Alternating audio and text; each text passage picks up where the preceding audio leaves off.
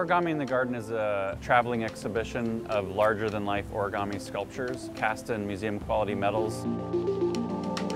I take the paper originals and take them through a very simple 35-step, 12-week process of transforming that into an outdoor material that can withstand the elements.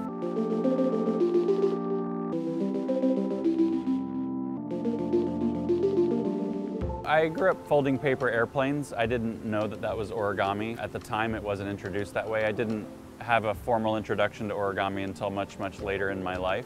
But I've always had a passion for paper and paper making, and began my career as a graphic designer working with 2D graphic design, printmaking, and different formats of printmaking. So I've always had a relationship with paper.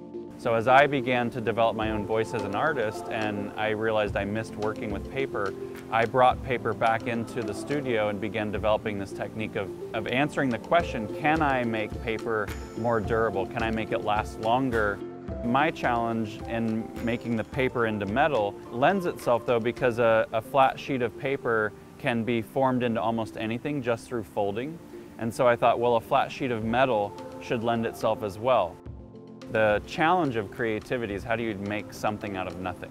And origami typically begins with a single blank square of paper, and so that metaphor, so to speak, of the creative challenge is really present.